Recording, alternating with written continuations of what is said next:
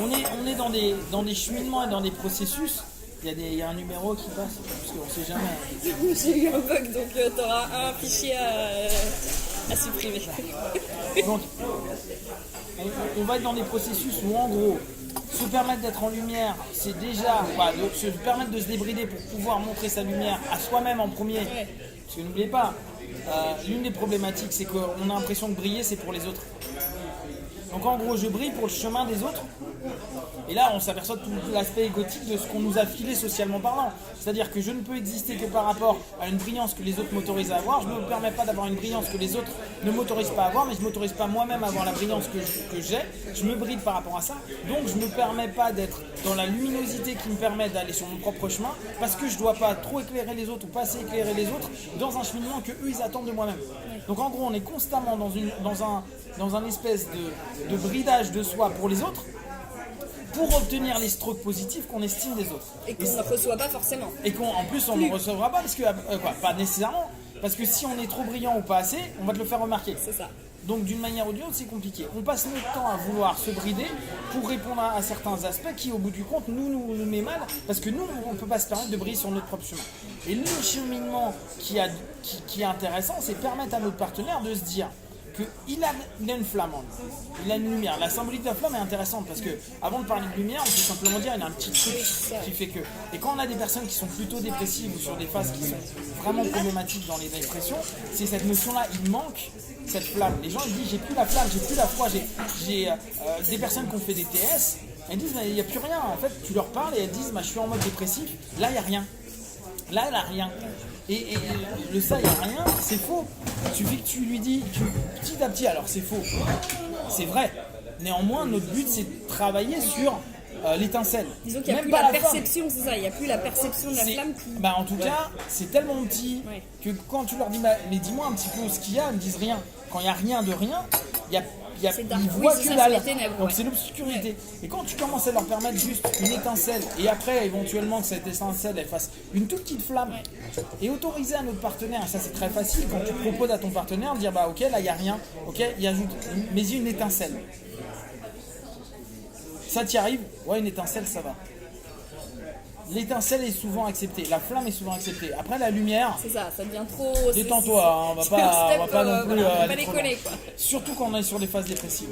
Seulement à partir du moment où tu commences à accepter que tu as un peu de flamme. Donc tu te dis, j'ai bridé cette flamme, je l'ai mise super loin pour plus la percevoir et donc je me permets plus d'être moi-même. Et en plus, ne pas être moi-même, ça me fait rentrer dans des états dépressifs au bout d'un moment parce que je n'ai plus les strokes où je suis dépendant. Et là, on arrive sur des dépendances affectives parce que je me bride moi-même pour obtenir des strokes de mauvaise qualité de personnes qui ne sont pas forcément de qualité avec moi, qui au bout d'un moment, je suis dépendant d'eux parce qu'ils me donnent quand même ma dose quotidienne de stroke. Mais n'oubliez pas, c'est du stroke de mauvaise qualité. On a les strokes du small talk du matin, salut, ça va, comment ça va, la pêche, voilà.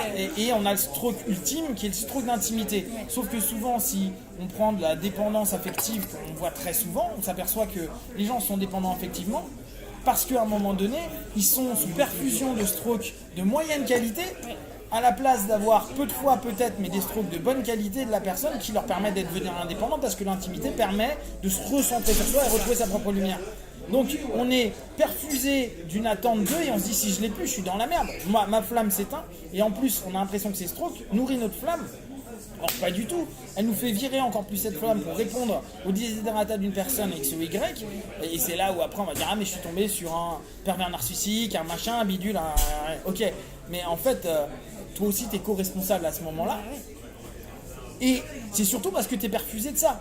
Et on n'est pas forcément si dépendant affectif que ça. On est dépendant de stroke, de moyenne qualité, de façon récurrente, plutôt que se dire, je prends une distance de ça, je vais retrouver ma valeur, donc enlever la bride psychosociale que le monde m'a créée à un moment donné, retrouver cette flamme qui va peut-être redevenir de la lumière, et cette lumière la mettre en avant et commencer à vivre dans ma lumière pour petit à petit commencer à briller. Et briller de là, si tu brilles, et vous l'observez tous, quelqu'un qui se sent mieux, qui est bien, devient... On le dit, t'as changé, il y a quelque chose qui change en toi, tu émets une énergie, t'as l'air plus ceci, t'as du charisme, t'as du truc, automatiquement. Donc, à ce moment-là, et c'est le gros paradoxe, si on se laisse briller, on attire les gens. Donc à ce moment-là, ce qui est super intéressant, et même des gros cons comme moi, tu vois, il y a des moments quand je me laisse aller en mode sympa, et pourtant Dieu sait que je suis pas super sympa, bah j'attire des gens. Bien sûr. On l'avait déjà dit, le visage s'éclaire, vraiment, on sent une différence quand. Alors d'habitude. D'habitude, pas il du est pas tout. bon éclairé. Non, j'aime pas les gens. Donc cette notion-là, elle est très intéressante, parce que toi qui es devenu un moment ou un autre dépendant, affectivement, et on reprend le process parce qu'à un moment donné on ne s'est pas laissé vivre et vivre soi-même sa flamme et sa lumière, on l'a bridé pour répondre à un ensemble de critères psychosociaux des autres. Les autres nous ont dès lors ont été nos drivers, nos dirigeants par rapport à ce que nous voulions être, parce qu'on n'a pas donné et on n'a jamais pu valider ce que l'on était dans notre lumière. On attend que les autres le fassent, les autres le font ou le font pas, on s'accroche à une personne qui le fait le plus possible, il nous nourrit de strokes de piètre qualité, on devient dépendant des strokes de piètre qualité, à aucun moment on revient sur nous, donc on en éteint de plus en plus notre lumière diminue de plus en plus, on va dans une obscurité qui est nourrie par l'autre qui nous donne des strokes de merde et ainsi de suite. Et donc on se dit dépendant affectif. Alors que paradoxalement, si tu réallumes ton étincelle, ta flamme, ta lumière, tu changes, donc tu te sens plus open, tu attires plus de gens et tu as des strokes de qualité beaucoup plus intéressants. Parce que c'est pas de dire tu dois trouver ta propre lumière, enfin en gros d'être toi-même porteur de tes propres strokes, parce que tu vas avoir besoin de ceux des autres, mais ils peuvent être moins récurrents mais plus nourrissants, qui va Je suis pas permettre en train de dire que les autres ne disparaissent pas, même si on sait que dans mon fond intérieur, vu que j'aime pas les gens, ça, exactement. Si disparaître, c'est bien. J'aime bien cette notion de recadrer juste sur. Mais non, bien sûr que non. Je suis pas en train de dire que les autres vont disparaître dans le cheminement. Je suis dans l'idée de dire que tu ne deviendras plus codépendant mais co-responsable des cheminements que tu vas créer avec les gens. Donc ta dépendance déjà est une codépendance, parce que lui, qu'on le veuille ou non, lui ou elle te nourrit par des strokes, mais en fait le fait de fournir quand t'es dealer de strokes, et on l'est tous, bah dans notre manière de donner des strokes, on est dépendant du fait qu'il y ait quelqu'un qui reçoive nos strokes. Oui. Sinon on serait pas dealer de strokes. Et donc on crée une codépendance, alors que là, dans le fait de se dire je lâche un peu ma bride, je donne de plus en plus de lumière à l'intérieur de moi, cette lumière elle a le droit de s'épanouir, je la laisse s'épanouir, je deviens co-responsable de ce qui peut se passer, parce que je n'attends pas nécessairement, je peux l'attendre, d'ailleurs c'est faux, oui, je peux attendre ces strokes, néanmoins je ne vais pas être dépendant du fait qu'il soit là ou pas. Donc si ça y est pas, je peux me dire ça m'aurait fait plaisir un petit strokounet, mais si ça y est pas, bah c'est pas grave, j'ai suffisamment de réserves d'autostroke ou d'hétérostroke positives liées à une intimité à un moment donné. Je suis avec des potes, il y a une vraie intimité, je suis avec ma femme ou mon mari, ou il y a une vraie intimité, ou avec mes parents ou avec mes enfants, il y a une vraie intimité, des strokes qui nourrissent, et donc bah, on sait que ça c'est roboratif, on est là, ça reste dans le corps. Et donc, plus on va emmener nos partenaires, et plus les personnes vont commencer à s'autoriser à se dire j'ai le droit d'avoir mon étincelle, j'ai le droit d'avoir ma flamme, j'ai le droit d'observer cette flamme et me dire que j'ai le droit de briller, plus on va s'autoriser à briller, même si au départ ça peut emmerder des gens. Normal, nos dealers ils aiment bien. C'est ça. Le mec il te deal, il dit il deal de la mauvaise cam, et de la mauvaise cam, tu mais veux là de la bonne cam. t'es en train de dire que je préfère pas plutôt que rien, plutôt que ça. Tu vas te prendre des balles dans la tronche, n'oublie pas, un dealer en général. Et c'est exactement ça. Ton dealer, il se dit là t'es en train d'essayer de me niquer le bise.